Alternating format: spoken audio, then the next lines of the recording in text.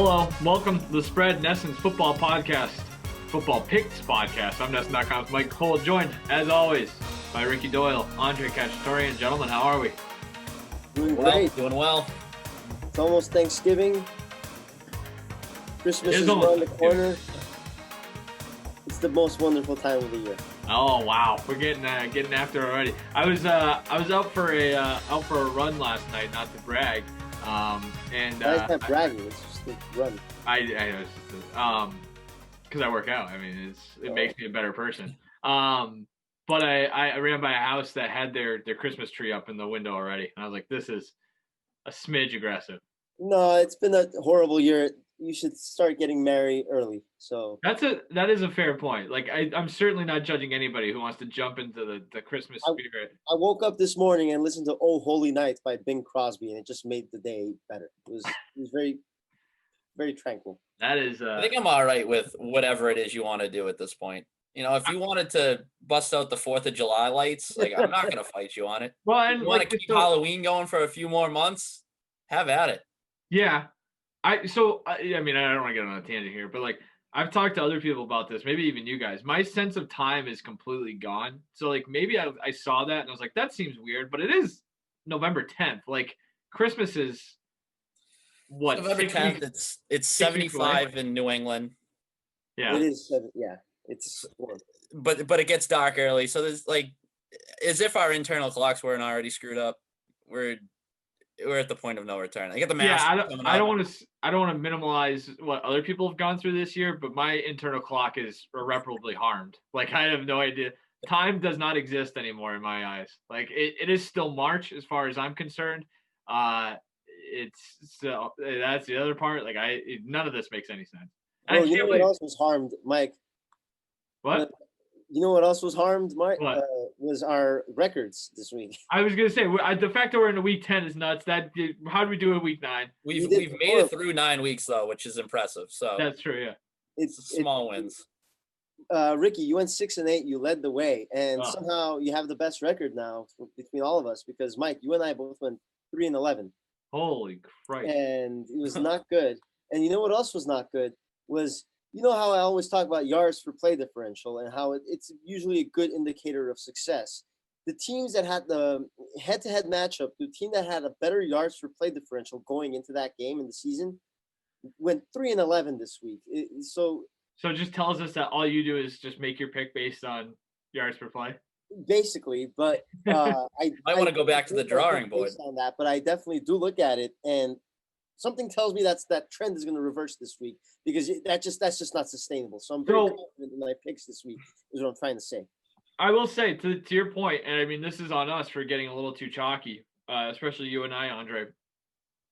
Favorites last week just 5-9 against the spread, so that kind of speaks to that.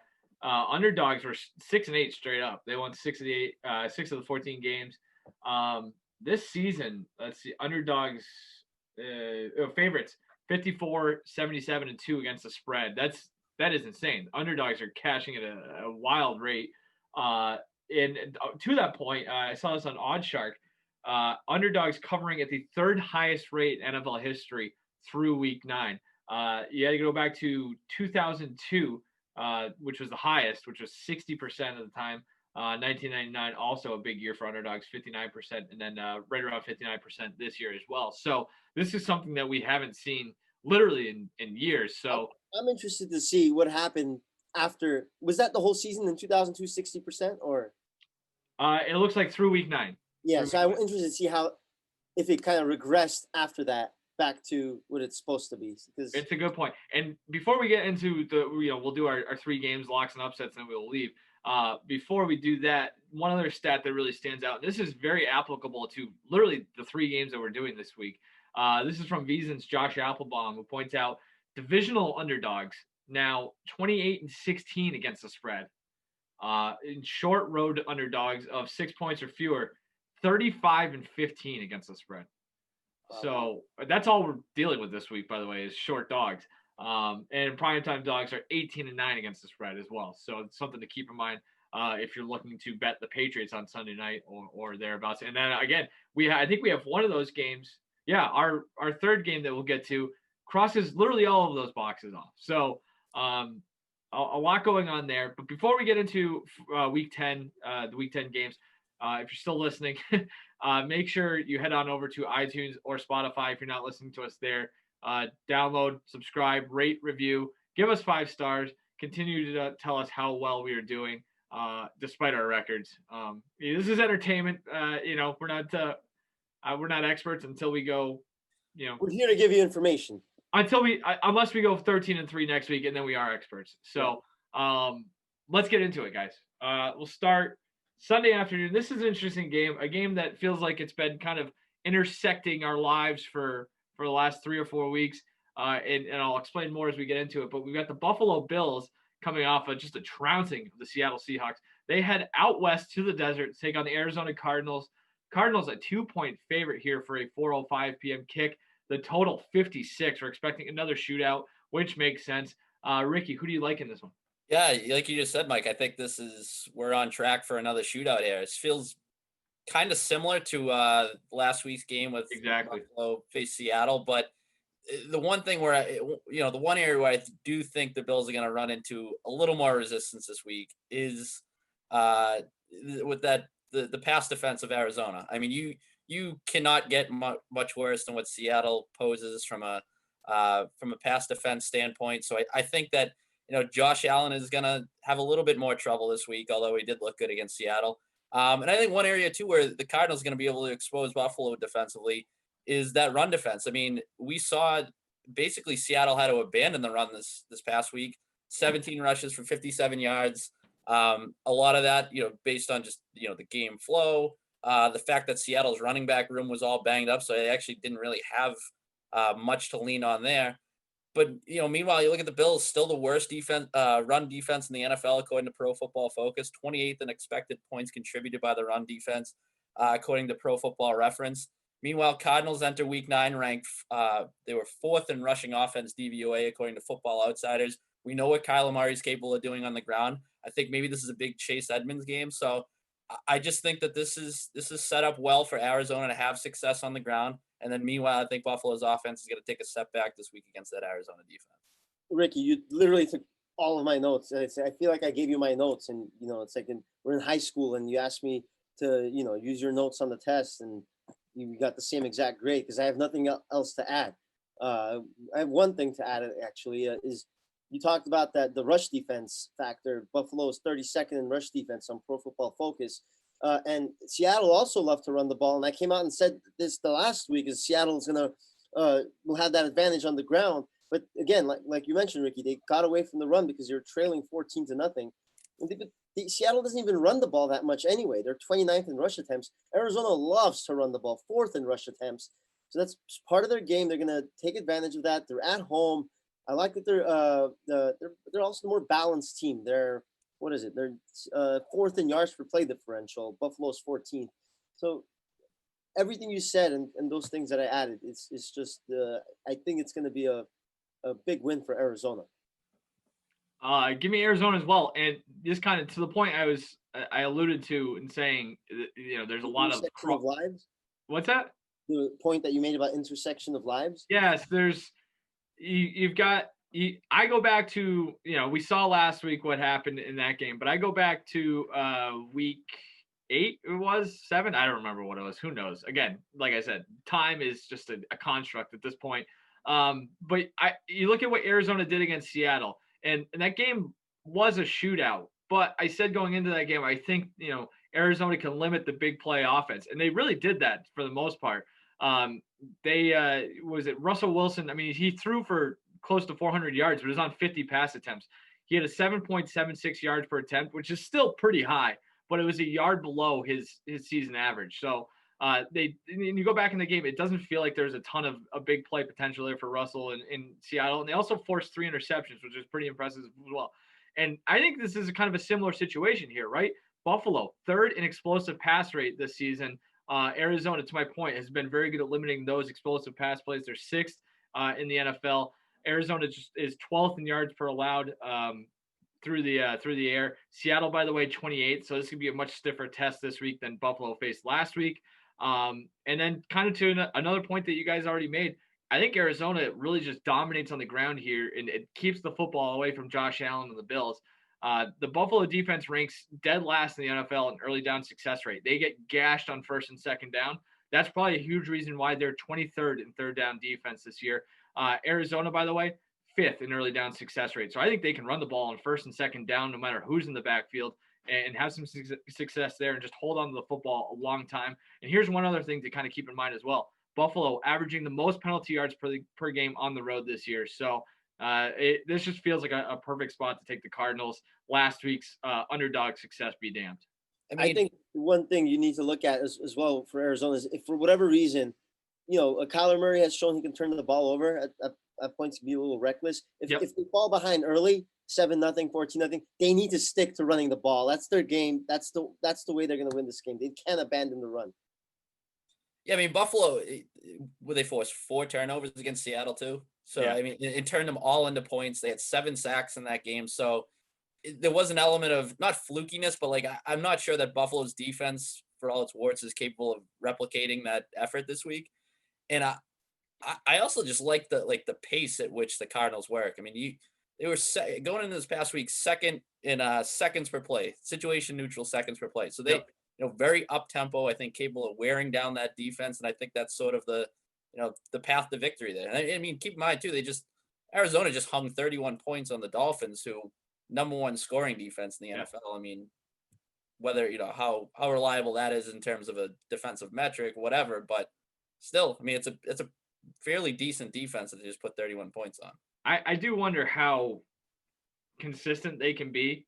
I think that's obviously the last step for them is to kind of prove that they can do it week in and week out.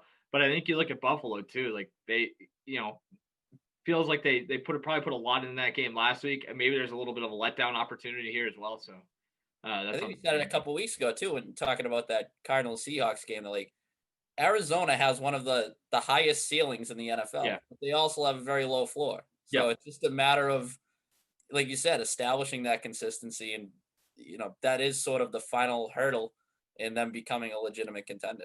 Which is interesting because I wonder how high Buffalo's ceiling is, but I know they have I would say they have a at least league average floor, which is a very odd thing to say. Talking about floor heights.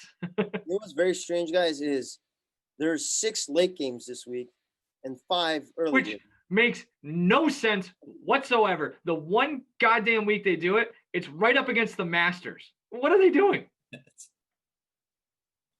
I know, and they're great games too. Another great one as well, Seattle. Again, a team that we have talked about a ton already this week, a team we've talked about a ton this year. They go into Los Angeles to take on the Rams, a huge divisional game in the NFC West. Seattle comes in with a 6-2 record, coming off that loss last week at Buffalo. The Rams are coming off the bye, if I'm not mistaken, at 5-3. The total 55.5, another shootout to be. The Rams laying 2 points at home right now. Andre, who do you like in this one?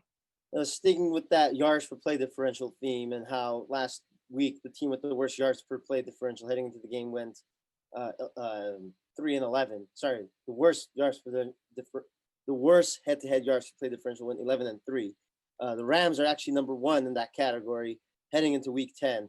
A big advantage for them there. They're a more complete team. Also, Seattle's, we've talked about their pass defense and how horrible it is. They're on pace to allow 5,794 passing yards this year. That would shatter the record by nearly 1,000 yards. I couldn't believe it when I saw the tweet. I had to go. It was by Andrew Siciliano. I went back and checked the numbers myself, and they would shatter. I think Mike, with the 2011 Packers. Yeah, that sounds about right. Yeah, it was 4,700 passing yards they allowed. And the Rams are at home. They're also 5th in coverage defense on Pro Football Focus, 5th in pass rush on Pro Football Focus. They allow the fewest yards per pass attempt in the NFL. But they're just good against the pass. Obviously, that's Seattle's biggest strength is Russell Wilson in the pass. So I think they have a way to mitigate that and take advantage of Seattle's horrible pass defense. They have a bunch of offensive threats. LA does, and they're just a more complete team. I think they'll win this game. One quick point, by the way, and there are some similarities here, maybe. That Packers team went 15-1 with Aaron Rodgers playing out of his mind. It feels there's a lot of similarities here, maybe. So, Ricky, who do you got? So I think generally speaking, I like the idea of taking Seattle as an underdog off a loss. Russell Wilson, 24-12-4 against the spread in his career off a loss, 23-9-2 against the spread as an underdog. But I just think this is a bad matchup for a lot of the reasons that you mentioned, Andre. I look at the drive stats, perhaps most importantly, between these two teams. Seattle's defense, last in net yards allowed per drive, 29th in plays allowed per drive, and 25th in points allowed per drive. The Rams defense, meanwhile, first in net yards allowed per drive, fourth in plays allowed per drive, and first in points allowed per drive. So, you're talking about one of the better teams in the NFL in terms of drive stats versus one of the worst teams in the NFL in terms of drive stats. I talked a lot about the pace with which the Cardinals work. Rams offense right there as well. I mean, they're capable of throwing a lot at you, wearing down that defense, which we saw we've seen Seattle's defense wear down a little bit this year. I think that could be the case again. You look at the Seahawks, they've allowed the third most yards after catch this season. That's obviously the bread and butter of the Rams offense. So, I mean, usually when I think of a team that can expose Seattle's defense, it's a team that can throw the ball downfield, sort of take the top off a little bit, which is what Buffalo did. But I also think that, you're able to sort of win if, death by 1,000 cuts. And I think that's sort of the path to victory for LA. I think that they're going to be able to get the ball into the hands of their receivers, get some yardage after the catch. And it's just going to be another long day for that Seattle defense. If you are looking for reasons to take Seattle, Ricky, to your point, I just looked it up. Since Pete Carroll took over in Seattle, the Seahawks 36-19-3 against the spread following a loss. That's really impressive. They don't typically put together two stinkers in a row, but I'm with you. I don't like the matchup at all for Seattle here. I kind of went back and looked at what did we learn from the Seahawks' two losses, right? They lost to Buffalo, they lost to Arizona. Which is a funny statement that would have been hilarious like 3 years ago if you told us that. But anyway, both teams top 11 early down success rate on offense. LA ranks number 2 early down success rate, both all together, running and pass. Arizona top 12, Arizona Buffalo top 12 points per play. LA ranks 21st, so it's not good there, but LA's got a far better defense, right? First in EPA allowed per play compared to Arizona, which is 13th, and Buffalo, which is 24th. And one of the big things too is Seattle ranks 22nd in pressure rate. They do not do a very good job of getting after the quarterback. Kyler Murray in that win over Seattle was pressured just 21% of his dropbacks. When he wasn't pressured, he went 30 of 40, 339 yards, 3 touchdowns. That's 114.5 passer rating.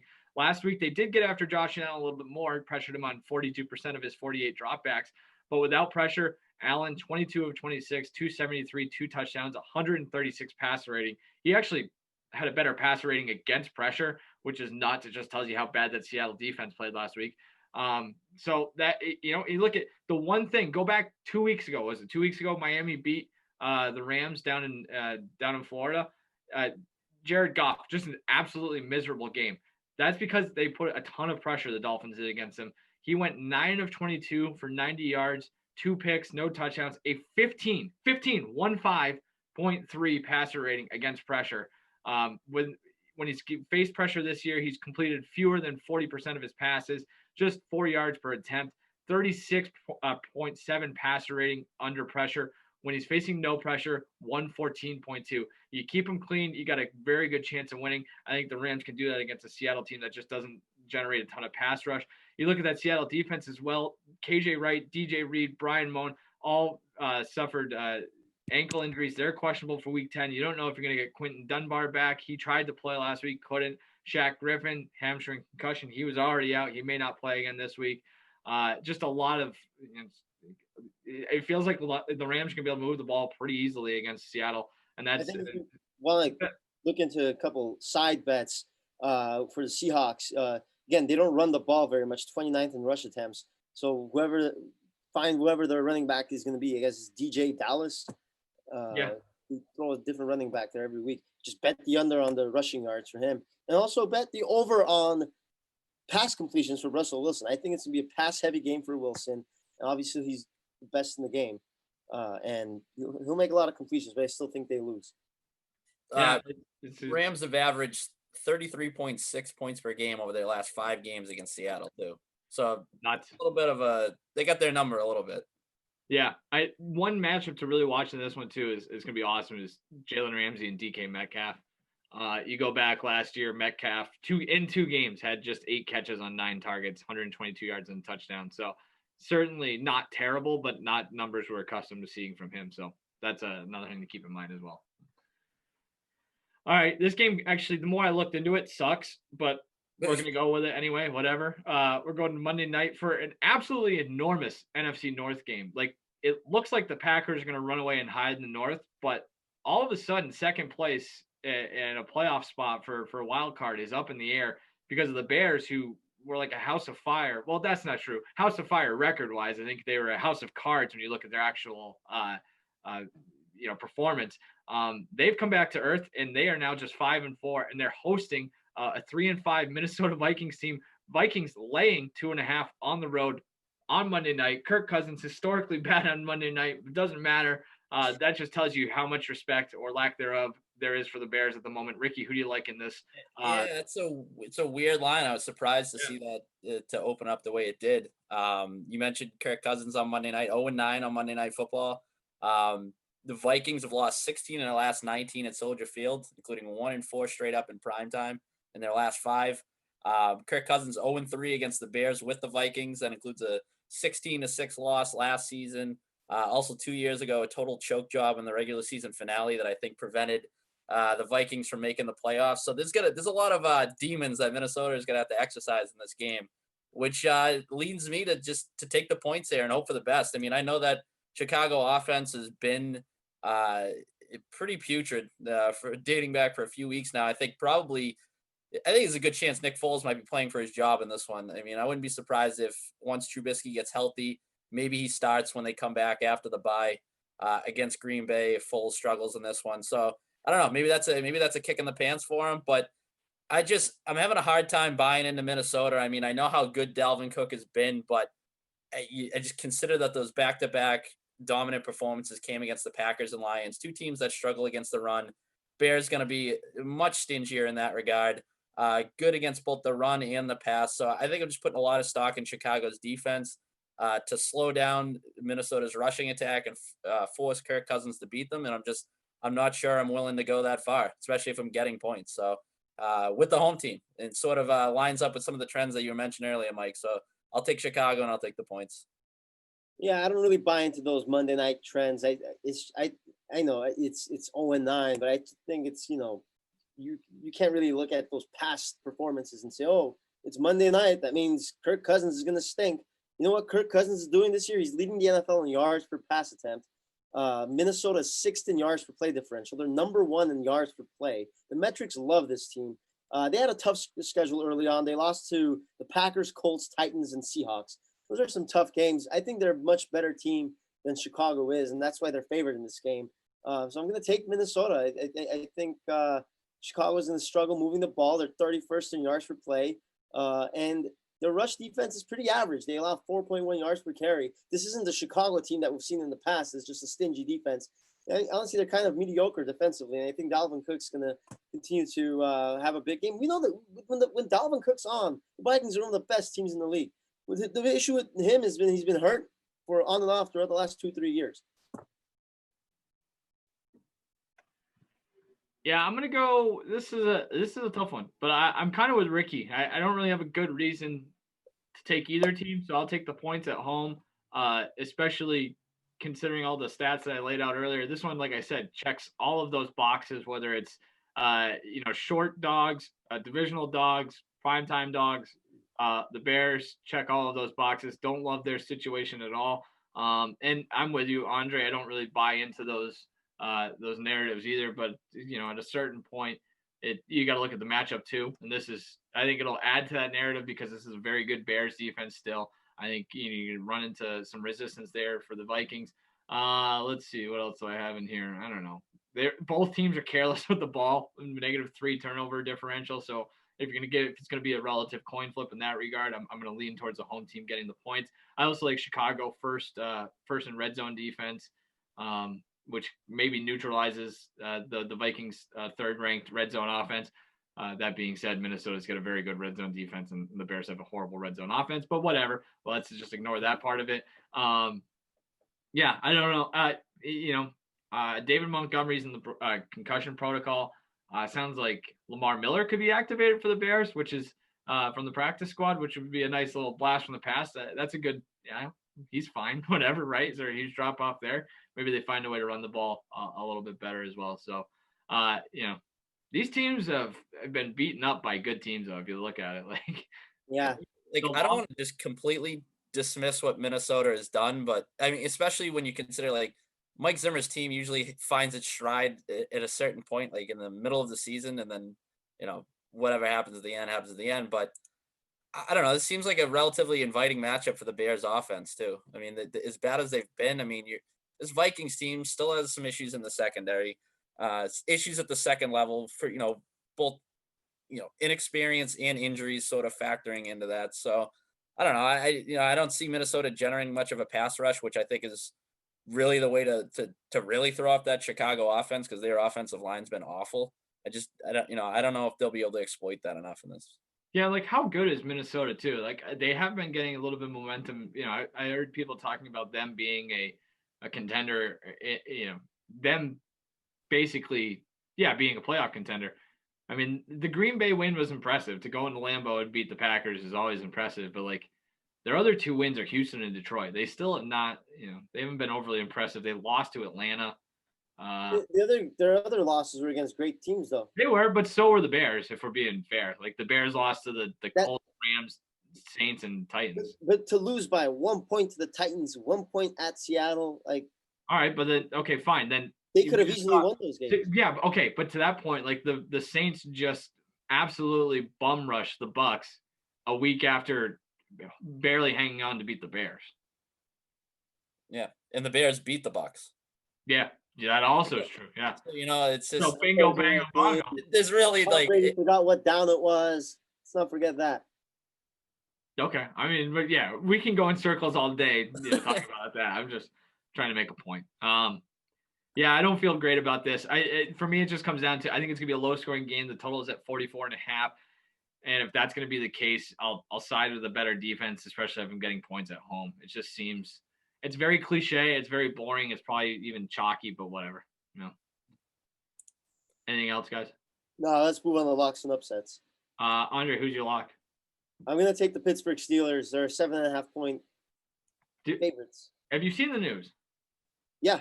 Ben Roethlisberger, but that's not why I'm picking the Steelers. No, I'm just saying. I just was making sure that Ben Roethlisberger is on the COVID now, and he's got He has an elite pass rush. I don't think Ben Roethlisberger contributes to that pass rush. Cincinnati's offensive line is horrible. They've allowed the second most sacks in football. So I don't care who the quarterback is for Pittsburgh. In fact, Roethlisberger, if he misses the game, that actually helps. Will probably help move the line to the line will be what 4.5 then. You get it at whatever. No, you get it at whatever you lock it in here. You don't get a sliding scale on the line. But if I'm waiting right now, which I am, and the line moves from 7.5 to 5.5. Well, then I want to wait until Saturday to make my upset pick. What? What? The number's 7.5 right now, right? Yeah, but it could move. There you go. That's your number. This is not my upset pick. This is my lock pick. Fine, but yeah, my point is either way, you like him at 7.5, right? Yeah, you have to like. My point is you get him at 7.5. Ben Roethlisberger's presence in this game does not impact my pick. Okay. Steelers pass rush is why I'm making this pick. And they're going up against the Bengals offensive line, which allows a ton of sacks. And also Cincinnati, horrible against the run. I think this is a big James Conner week. They have the worst rush defense according to yards allowed per carry. Cool. I'll take the Ravens 7 point. I think it might be up to 7.5 now. Over the Patriots. We've seen Baltimore take care of business against bad teams. Patriots, I still think they're a pretty bad team. We saw what Lamar Jackson and the Ravens did to him last year. it just there's no speed whatsoever on the Patriots offensively or defensively. Like the fact that they just grinded out that win against the Jets just is the most underwhelming thing on the planet. Lamar Jackson 11-3-1 against the spread in road games. So I think Baltimore is a team that typically is undervalued on the road. So I think that's some an inherent edge there as well. They're just a much more athletic team. They should just beat the crap out of them. If they don't, it's going to be disappointing. Looking at it right now, there's still a 6.5 out there. Wow. Which maybe somebody should go try to find a 7 as well. This opened at 6.5, already went up to 7.5. So nobody's giving the Patriots any respect for beating the 0-8 Jets at the buzzer. So I like that one a lot too, Ricky. That one was going to be one of mine on the short list for locks. I think that is going to be a bloodbath. Give me Philly laying 3.5 against the Giants. The Eagles coming off of a bye are finally getting a little bit healthier. Giants, meanwhile, playing another, a second straight divisional game. It looks like Philly's going to get Miles Sanders back. I know that's probably a relative moot point against the Giants' run defense, but you look at what Boston Scott and Corey Clement have done: 3.7 yards per carry. Miles Sanders 6.1 yards per carry. And poor, I don't know how to pronounce this young man's last name, so I apologize in advance. Isaac Yiadom, a cornerback for the Giants. They've had a lot of injuries in that secondary. He had to come in and play last week. 158.3 passer rating against. That was against Washington, which is not great. And now this week he's got to either guard Travis Fulgham or Jalen Reagor. So that is that could be an issue for him this week. So I like Philly here. Philly's coming together. They're going to be a dangerous team in the playoffs. They're getting healthy. They're going to win that crappy division. Whoever wins that number 5 seed, they got to be careful going on the road against Philly. Definitely, yeah. Ricky, who's your upset? I'll take the Texans. Set right now, I think 3-point underdogs against Cleveland. I would prefer going into this matchup if Houston has beaten somebody aside from Jacksonville. I think I'd feel a little bit better about it. But Baker Mayfield on the COVID list didn't test positive, but it's in that whole close contact situation. And that just gives me reason for pause when it comes to quarterbacks this year. I mean, you saw with Cam Newton going on it, obviously, he tested positive, but Matthew Stafford struggling after being on the COVID list. So I just think it throws a little bit of a wrench into these quarterbacks' preparation, maybe especially with Cleveland coming off the bye. You're trying to get reacclimated. And now all of a sudden Baker Mayfield can't practice until Wednesday morning at the earliest. I also think there's some shootout potential here, and Deshaun Watson's been playing pretty well. Houston's offensive line has actually been sneaky decent after just years of terrible play. So maybe they're able to slow down Cleveland's pass rush a little bit. So I don't know. I don't really think too highly of either of these teams. So I'll take Houston and upset. I was going to go with the Chargers upsetting the Dolphins, because I think that's a great pick. But I know the Chargers will screw it up in the end and lose by 1 point. And that's not really an upset. That's just the cover. So instead, I'm going to go with the Broncos upsetting the Las Vegas Raiders. I picked the Broncos last week as well, citing their excellent coverage defense. But obviously, that didn't work out. But I still think the Broncos they're a tough out. Most of their losses have been against tough teams: Chiefs, Bucks, Steelers, Titans. And the Raiders, they're 31st in coverage defense on Pro Football Focus. I think this week, Drew Lock and Jerry Jeudy really connect. Judy's really been developing as season's progressed, and I think he's going to become a real threat in the second half of the season. And I think this kind of could be a trap game for the Raiders, who they play the Chiefs in Week 11. So I think they might be a little sleepy in this one against a pretty solid Denver defense. Denver feels like a perennial candidate for our upset section. Yeah. I feel like we go back over like 5 years, we've probably used the Broncos a lot. Andre, that was I was doing, that's part of my research now is to do who's the look ahead candidate of the week, and the Raiders were the one team that really checked that box. That could be a problem. Give me Washington getting 4 on the road against the Lions. One of these points, I feel like I fade the Lions every week in my upset pick, which is probably not working out very well for me. But you get Alex Smith full week to prepare as the starter. Washington should have won that game last week against the Giants. They turned the ball over 5 times. Can you just not turn it over 5 times this week and maybe you have a chance to win? Which is weird because Alex Smith is usually really good at not doing that.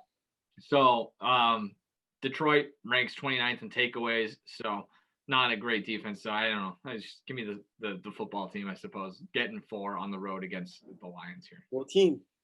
If anybody has any sort of intel on how to make sense of the Lions year over year, like please share it, because they're just always there, middle of the pack, towards the back of the pack, and like everything.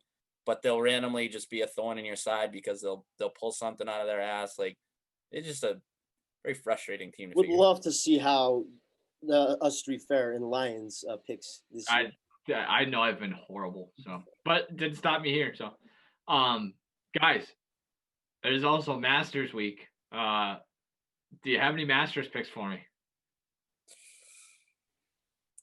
I think Rory gets it this year. Okay. Rory McIlroy finally breaks through, gets over the hump. I'm not a big golf enthusiast, but I'm going to go with Brooks Koepka. Yeah, Rory is 13-1, so I like Rory a lot. I think Rory's kind of flying under the radar. I'm going to be stacking Rory in a lot of my DFS this week as well. Koepka, another good one too, assuming he's healthy. He's had a hip injury that kind of came from his knee injury. He's 16-1, so I like that, Andre. I'm going to go a little longer. Give me Tony Finau at 28-1. The guy has been just a menace at Augusta National. I think he's got 2 top 10 finishes there, which is despite the fact that he broke his ankle or dislocated his ankle during the par 3 contest 2 years ago. Still went out and finished like 9th. He was in the final group last year with Tiger. The guy sets up, hits it so long, hits it high. Love his profile for Augusta National. He's also played the par 5s at 23 under the last 2 years. So watch out for Tony Finau. Finally breaks through. Guy has no closer in him whatsoever, but give it to me at 28-1. Is this going to be the last non-football sporting event until NBA starts? Yeah, I guess so, right? NBA's right around the corner too.